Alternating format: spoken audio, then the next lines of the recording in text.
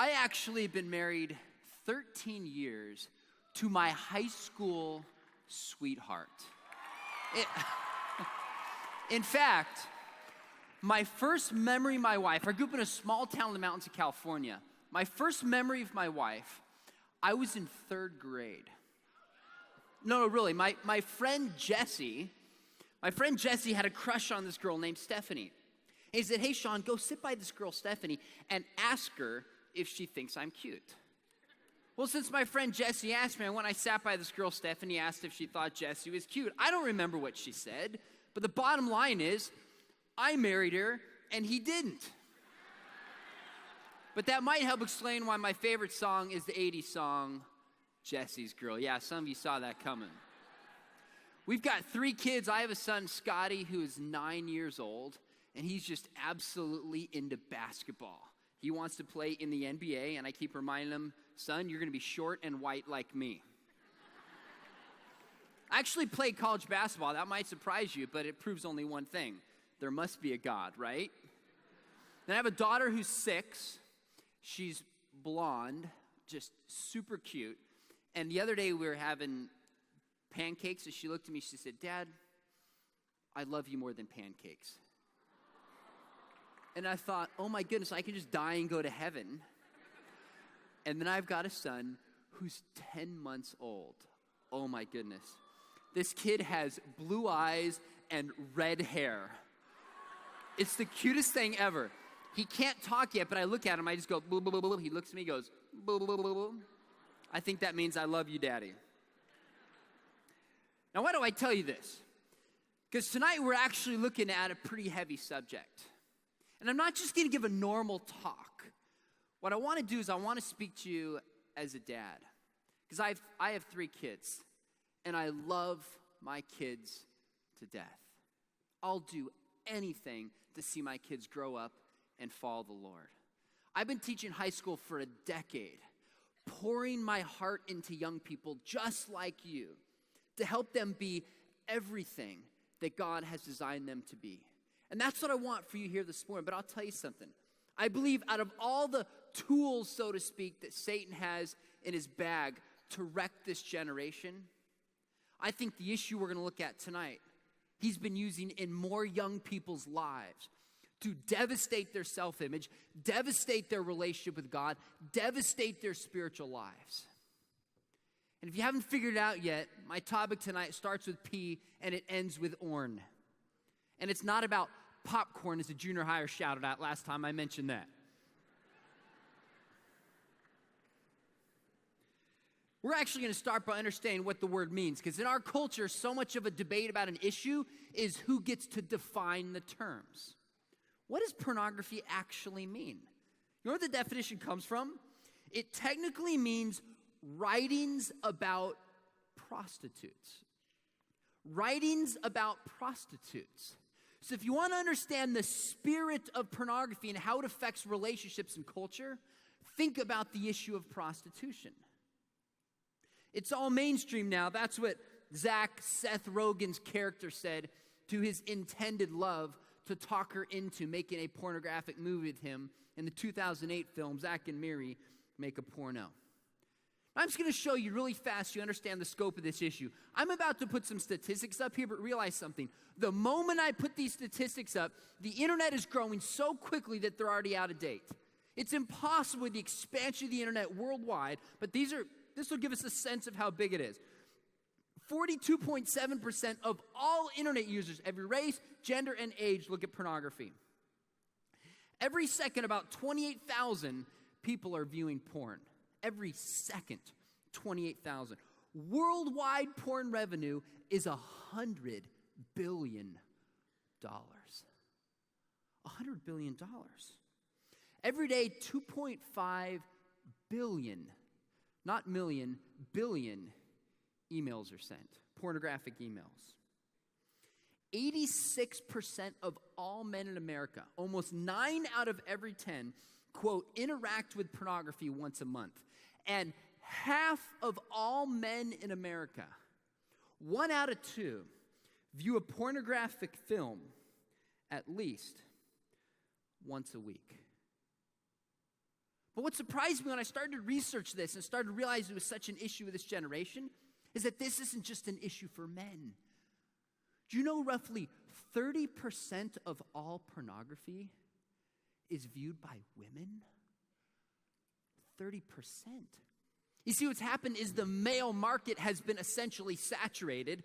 So pornographers have sat around and said, well, there's $100 million people are spending. How do we get their money? Well, not as many women are looking at pornography. Let's come up with ways to make pornography attractive to women. And as a whole, the type of pornography that attracts a girl tends to be different, typically, than the type of pornography that would attract a guy. So in the past 2 years, there's been these runaway best-selling books that have essentially been called mommy porn. And they're called 50 Shades of Grey, 50 Shades Free, and 50 Shades Darker. And these stories, just this year, they came out in 2011. Just this year, they were still one of the top, all three of them, three of the top best-selling books in their category for the entire year 2013. They've set tons of records. What are they about? It's actually about a tortured billionaire who has a very painful past. And a recent college graduate, a female, quote, gives herself to this man sexually to help him get healed from his past. And let me just tell you, when it says gives herself to him sexually, it involves all sorts of kinky sex acts one can imagine. I'm not even going to mention. These are pornographic novels. And they've exploded in our culture. You know why? Because of the e-reader, right? You don't see people reading these books on planes, but if you see what they're really reading, that's what they're doing. See, like all good marketers, pornographic makers try to hook people as young as possible. They don't give a rip about your family. They don't give a rip about your spiritual life. They don't give a rip about you. But they care about your money. And that's why it breaks my heart if you can't tell I'm a superhero fan. If you didn't figure that out. I saw someone earlier wearing a shirt that said, Chuck Norris can make Batman cry. Yeah, but he can't make Wolverine cry. Let me tell you that straight up. That's not going to happen. Stan Lee, who's created many of the superheroes, Captain America, Fantastic Four, Hulk, you name it, actually partnered with MTV to create an animated Playboy Bunnies cartoon to hook young people on Playboy and pornography. Friends, I'll tell you something that's interesting. Christians for a while have been saying pornography is a bad idea. It's destroying culture. It's against God's design. And most of the world that we live in has been blowing off Christians saying it doesn't matter. It's their body. Who are you to judge? In the past 2 to 3 years of my research, I've started to notice a trend. Even non-Christian secular experts, professionals, have started to say, you know what? This social experiment in pornography is destroying the fabric of our society. There was a conference just a couple years ago at a major Ivy League school. People of both genders, all races, all disciplines, all political persuasions. They came together and they all agreed on one thing, and they released a report on it. They said pornography is destroying the fabric of our society. It's tearing it apart. And one lady wrote this in the study. Her name is Dr. Jill Manning. She's not a Christian, of what I'm aware. She said, several years ago, I would have considered myself complacent, if not downright indifferent about the issue of pornography. I didn't care. Today, I feel a sense of urgency about this issue that often surprises me. And that's exactly how I feel as a father and someone who cares about this generation. If you don't have a sense of urgency in your heart and your mind right now, you're going to pay a huge price at some point later on in your relationship. That's not a threat, that's the reality. Now, let me stop for a second. Before we look at 3 lies that our culture spreads about pornography, I want to ask a more important question. Why is it that when the internet made pornography available, it's become so popular in our culture? And I submit to you that we find the answer when we look at the beginning of Genesis. Because it's really interesting. When you look at Genesis, in Genesis chapter 1, after each day, what is repeated? God said, and it was what? And it was good. Now that's Genesis 1. Genesis 3, sin comes in, but Genesis 2, God says something is not good. Isn't that interesting? In creation, there's something that was described as not good before sin. God says, it was good, it was good, it was good. Gets to Genesis chapter 2. First thing he said was not good is that man was alone. What does this tell us? This means as human beings, we are made for a relationship with God and for a relationship with other people. Look, in the garden, Adam had perfect environment, perfect health, perfect relationship with God, and it still wasn't good. Why? Because he didn't have a relationship with a human being. Friends, when we talk about this issue of pornography, it's not really about pornography. It's about our relationships. If there is something broken in our relationship with God or a relationship with other people, then pornography is the lie of our generation. It's going to come in and say, I'll make you feel good. I'll make all things better. Just look at this for a while and you'll feel so much better. And it's a lie. So if you think, I'm just going to deal with this issue of pornography and don't get to the heart of the relational issue that's driving it, it's like putting a Band-Aid on cancer. What drives it is brokenness in our lives. And that's why restoring relationships is at the heart of dealing with this issue of pornography. Now let's take a look at this. Here's 3 of the biggest myths that I read and research and students say to me all the time. And we're going to look at these, and I want to show you what the truth is about them. One myth I hear frequently is it doesn't affect me. It doesn't affect me. It's not a big deal. Look, in my classroom, I tell my students, I say, you can ask me anything. You can ask me anything. And sometimes we get into some pretty heady, intense discussions. And one time in class, we started talking about the internet, and a student raised the issue of pornography. It was right before lunch. These were seniors. And a student sitting in the back, kind of middle, started to get bothered by this. Now, keep something in mind. This kid was a great athlete, great student, great Christian kid.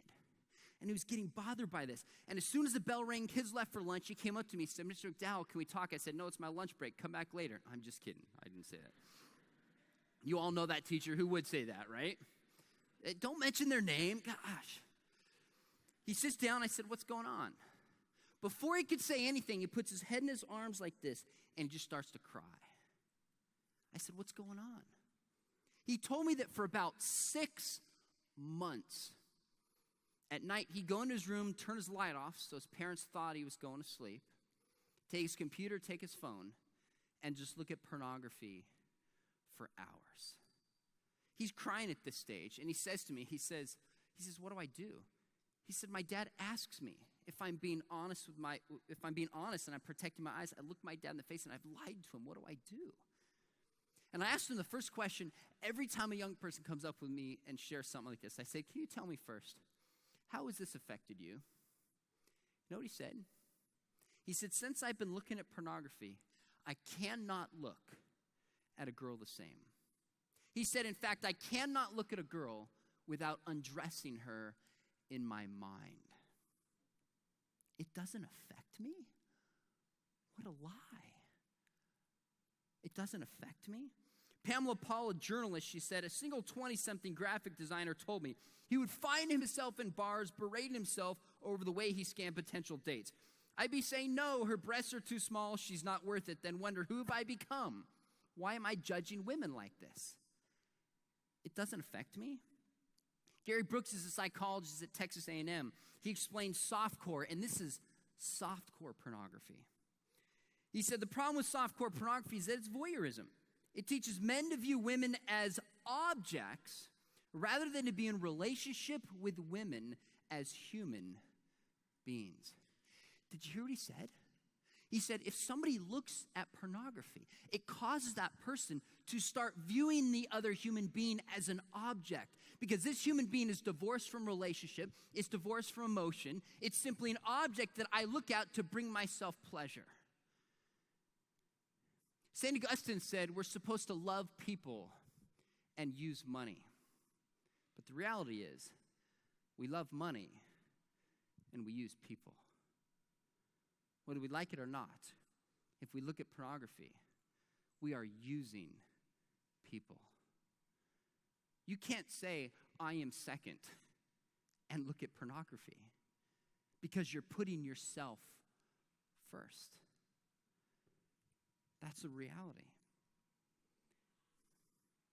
So how does it actually affect us? Maybe this will help explain a certain way. All of you in your minds have something called scripts that shapes the way you think you should behave in different settings. So when you think of a script, you think of a movie script that describes the plot and how we're supposed to behave.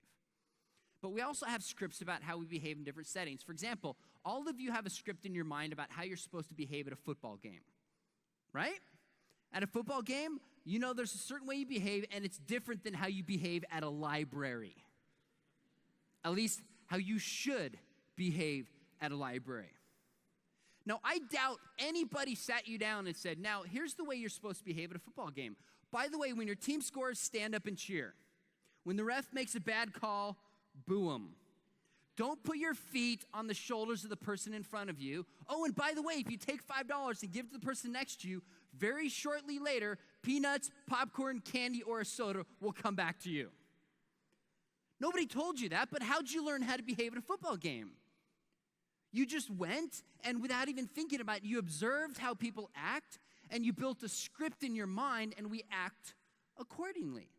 You have a script about how you behave in a restaurant, about how you behave here, about how you behave in somebody's home. We have scripts that shape how we act. Well, you know what all studies show? That this younger generation, your generation, the number one place they're building a script about how we behave sexually in relationship is through pornography. The question is, does pornography give us an accurate script of how God wants us to behave and treat people? In the book Premarital Sex in America, Mark Regnerus wrote that there's been a demand in the increase for anal sex. Why? He says, quote, demand for it is largely psychological in the mind and the result of a porn-inspired script about the anticipated pleasures of anal sex. People have seen it in pornography. They see people allegedly enjoying it, so they assume and have a script in their mind that that's how you're supposed to behave. Do you know what the script of pornography actually is? Here is the script of what pornography says we are supposed to believe and behave about sex. Number one is that sex is best experienced outside of a loving relationship. Again, what does pornography mean? Writings about what? Okay, this is the participatory part of the program. Writings about prostitutes. Pornography is writings about prostitutes. Prostitution is always outside of a marriage relationship. And pornography says that it's not in a relationship you're married to, but it's those outside of a married relationship that is fulfilling, is exciting, and is the best sex. You want to know what the truth is? You know what all studies show? All studies I've seen show that people who follow the biblical pattern for sex are having the most and the best sex, period. Can I get an amen? Good. I knew there were some Baptists in the house. Look, the reality is, and I won't go into the particulars, but there's actually a study in USA Today. The article was called, Aha, Call It the Revenge of the Church Ladies. And this article said, despite all magazines, despite the internet, despite movies, it's actually religious women who follow the biblical pattern for sexuality who are having the most in terms of quantity and the best in terms of quality on the face, sex on the face of the planet. And yet pornography, because its writings about prostitutes, sends the message the opposite. Pornography mocks marriage. Pornography mocks marriage. God's first institution. You know the other thing pornography script is? That all women want sex from men. That's right, girls. It says the message that every single one of you is just waiting for a man to pressure you to have sex. Second, it says all women like all sexual acts men perform or demand. In fact, that's why there's been an increase of women being pressured into anal sex, being pressured into oral sex because they bought the lie of pornography that they're supposed to like whatever a guy demands. Girls, let me tell you something. I want you to listen very carefully. If any guy pressures you sexually, He does not love you, period.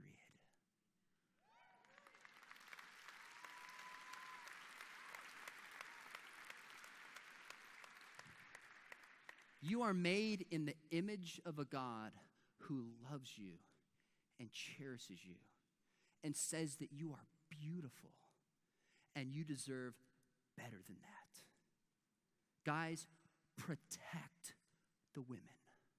Protect them and care for them. That's what God would call us to do. The last lie of pornography says any woman who does not at first realize this can be persuaded with a little force.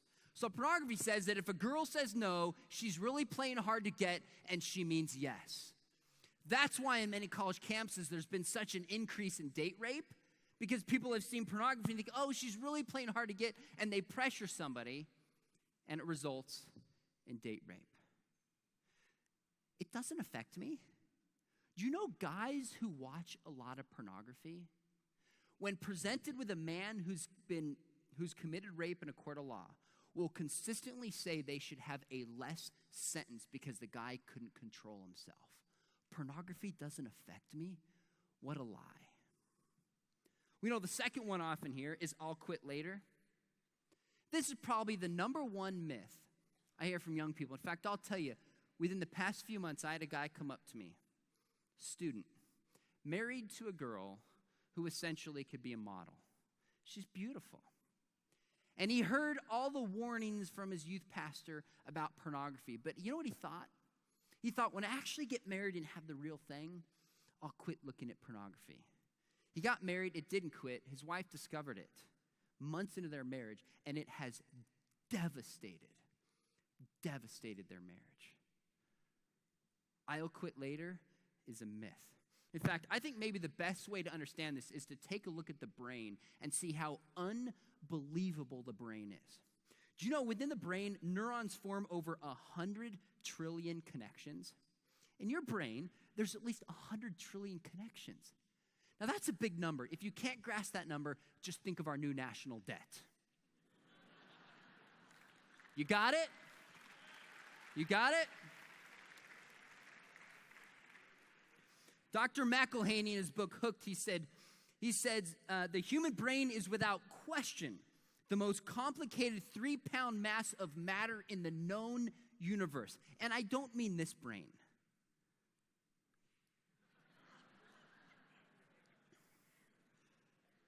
Now, there's something interesting we've learned about the brain in the past few years. Scientists used to think that the brain was basically fixed by the teenage years and it stayed the same throughout life. It became like molded like cement and then it was the same. You know what they realized? The brain is not fully formed typically until between 25 and 30 years of age.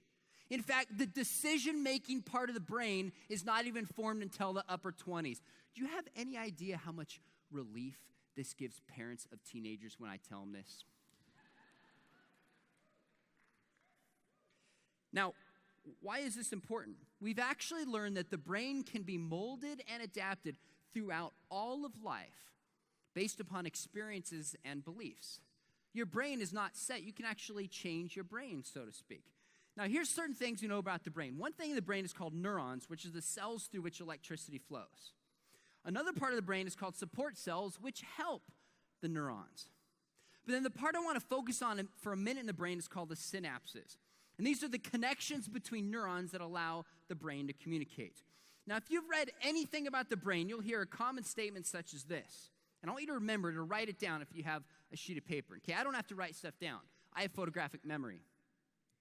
I just don't have any film. If you don't know what film is, ask your youth leader.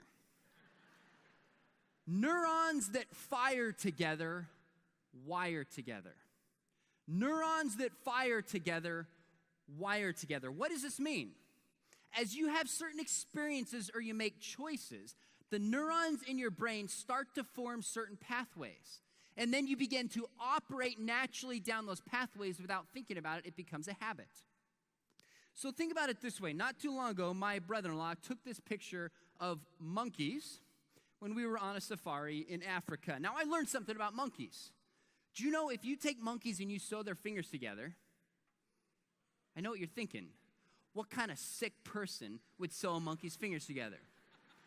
Just so you know, I would never do that to a monkey. I would do it to a cat, but I would never do that to a monkey.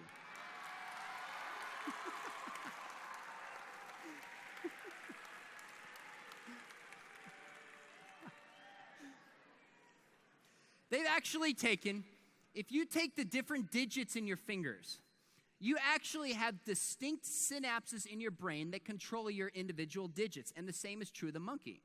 So they've taken monkeys and, for example, sewn these two fingers together. So what happens when they try to move either this finger or this finger is they both move together. So they leave it for a while. The brain starts to respond and form to this. They unsew it. What happens when they go to move either finger? They both go together. Why? Because the neurons that fire together wired together. So what do they have to do? They have to retrain the brain to have individual synapses for the distinct digits on the hand. You see, think about it like a pathway through a forest. If you come to a forest and nobody's walked through this forest before, you could go any number of paths that you want to. Well, as you walk on one pathway, what happens? The plants start to get beaten down a little bit.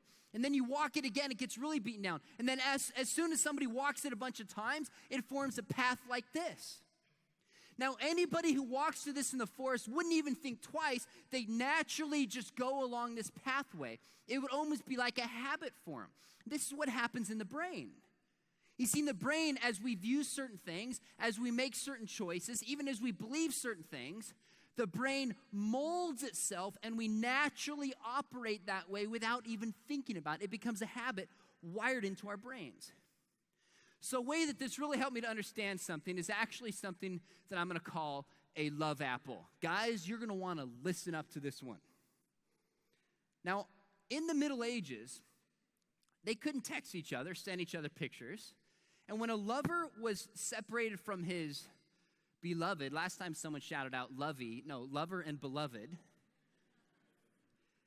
what they would do is they would give their lover a love apple. Now, what's a love apple? You see, in the Middle Ages, they would take an apple and they would cut it up. And they would take a slice, and the girl would actually stick it under her armpit.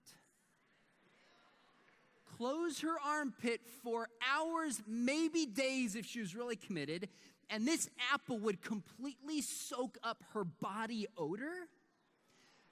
Yeah, you're getting the idea. And then her lover would leave. She would take this, give him the apple. Whenever he was feeling lonely, he'd break it out and go, ah.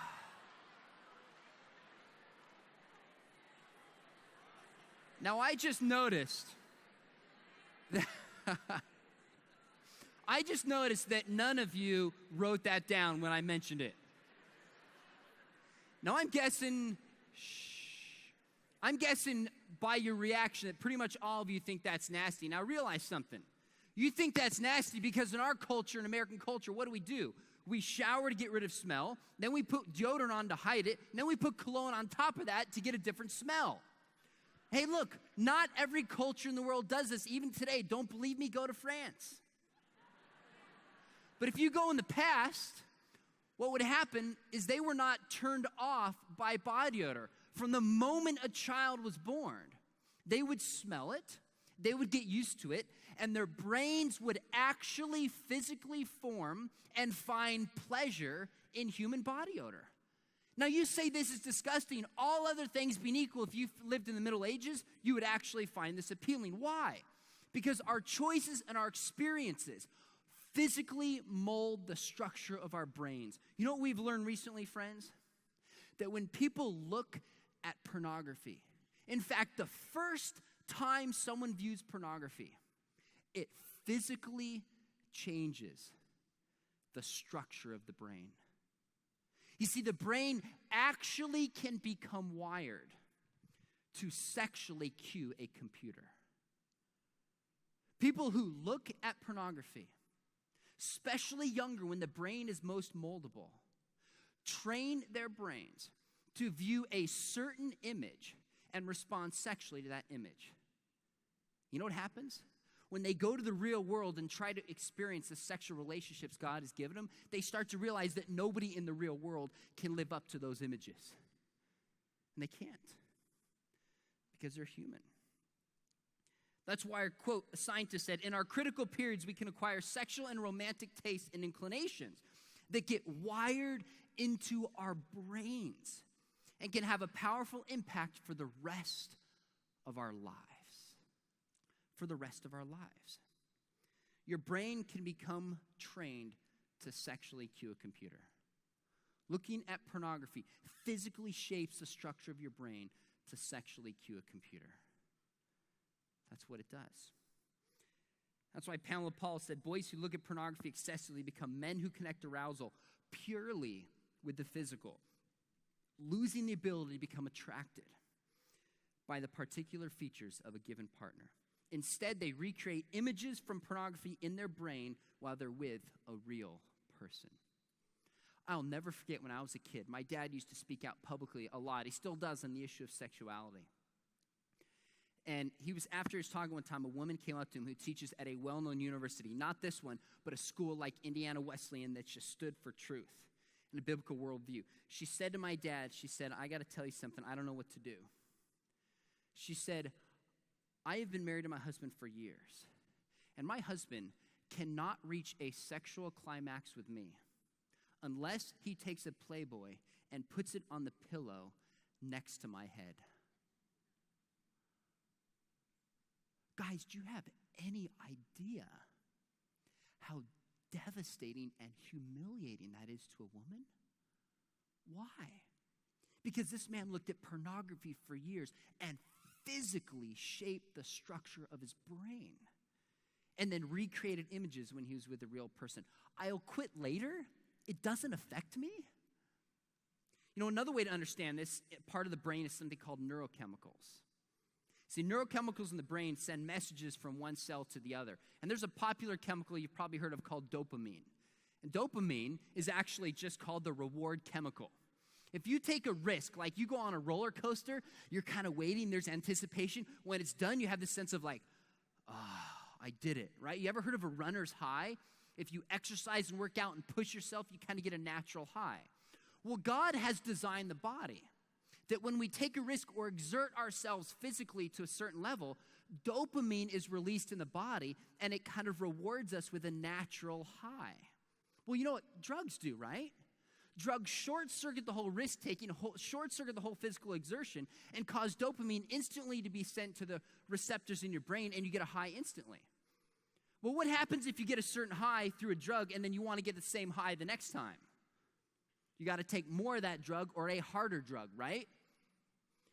Do you know the exact same chemicals that are involved in drug addiction with drugs such as speed are the exact same chemicals that are released when someone views pornography? The exact same. That's why it's so addictive. And yet in drugs, it's more drug or a harder drug. In pornography, you know what it is? It's variety. That's why someone will often go from nudity to sex, to oral sex, to anal sex, and many times to child pornography. And eventually, they will act it out. That's why the Bible talks about a sin that when it ultimately gives birth to death. It doesn't affect me. Again, what a myth. There's a chemical in females called oxytocin. And this blew me away when I first understood this. It's actually called the bonding hormone. It's in men and women, but particularly strong in women. And what this drug actually does is when this drug is released or chemicals released in your body, it causes a desire to bond with somebody. So they've actually done scientific studies, it's unbelievable, where they'd have people playing financial games, and they would sneak oxytocin into somebody's drink and they wouldn't know it. You know what they found? The people who had taken oxytocin without realizing it were more likely to trust other people with their money than people who had not taken oxytocin. It's incredible what this chemical does. Well, now look at Genesis 1 and 2. Genesis 1, the first purpose of sex is to make babies. If you didn't know that, now's the time to get up and walk out of here. But Genesis 2, that guy's leaving in the back. Okay, he's sitting down. That's good, because that'd be really embarrassing. Genesis number 2 gives us a second purpose for sex. That you shall leave your mother and the father, and the two shall become what? shall become one. This isn't just some ethereal spiritual reality. It's a biological truth. When you're sexually engaged with somebody, chemicals are released in the body, desiring a bonding and desiring a connection with that person. That's why one of the lies of this generation is at the hookup culture. I can have sex with someone, give them my body, and then move on. No. Whenever someone does that, the next morning they wake up, and if they're honest, they'll say, I feel lonely, I feel used, because the body is crying out for unity. We know what they found in oxytocin? It's actually released in women 3 primary times. Number 1, when a woman gives birth. That's why the mother, when she's given birth, she's in pain, but she feels this motherly connection with the child. Second, when a woman nurses. So my son is 10 months old. My wife is still nursing. I asked her, I said, do you feel like these chemicals in your body when you're nursing? She said, I feel this sense of connection with my son. It's amazing. And the third time is in sexual touch. Not just intercourse, but actual hugging, a rub on the back, bracing somebody. Chemicals start releasing in the body, creating a desire to bond with that person. That's why I tell my students, I know some of them think I'm old-fashioned, but I say if you listen and you'll be wise. Is I'll tell girls, I say, don't even hug a guy unless you're planning on trusting him.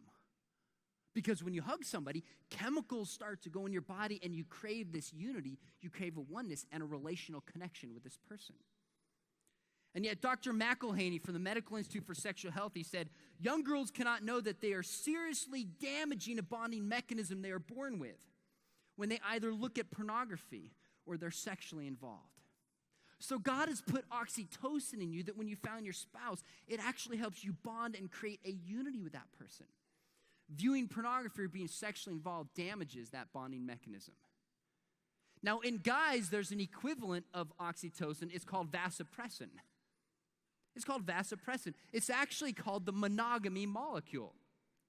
This chemical in the male body causes the male to connect with his wife and connect with his kids. It's amazing. God has put this chemical in our bodies.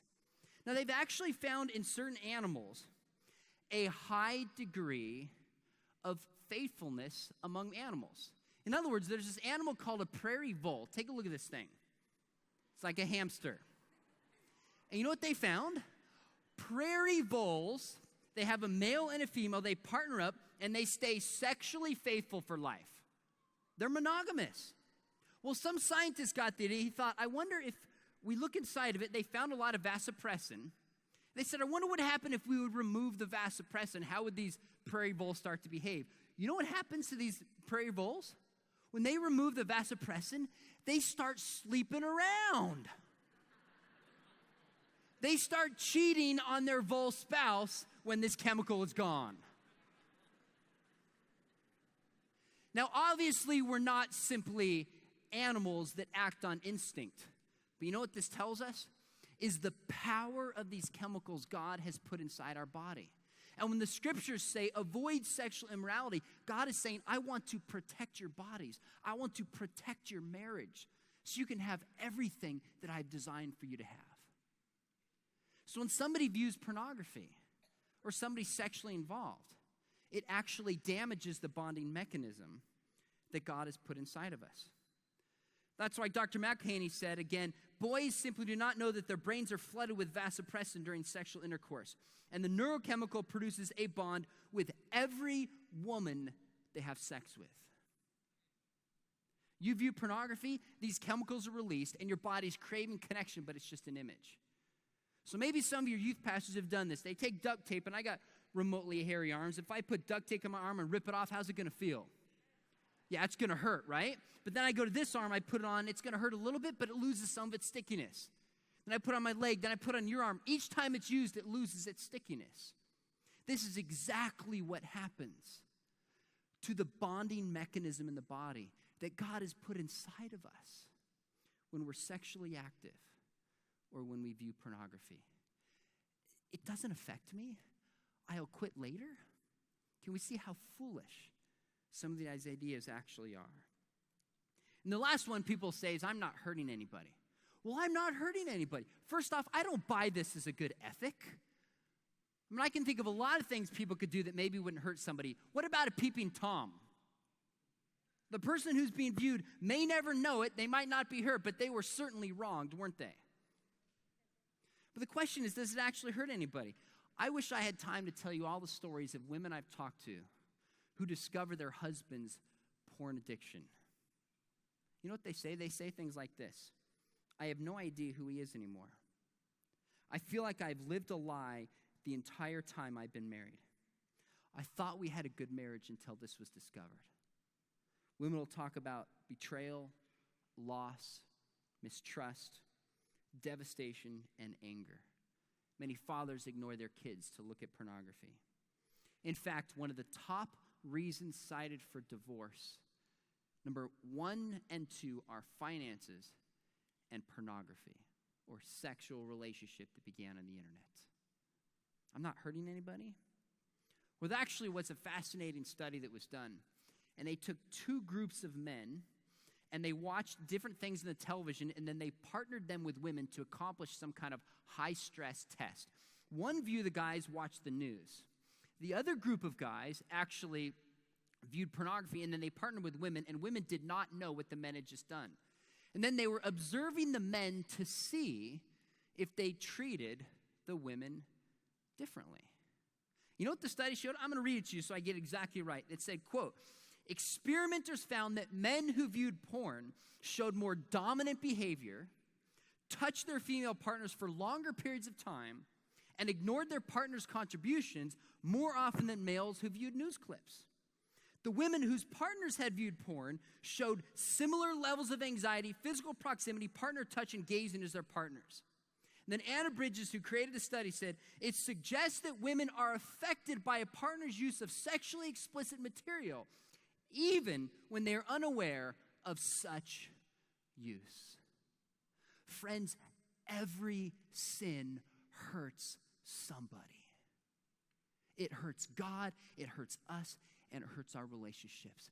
And every time I talk to a woman who discovers that her husband or boyfriend looks at pornography, she'll say things like this. She'll say, I knew there was a disconnection.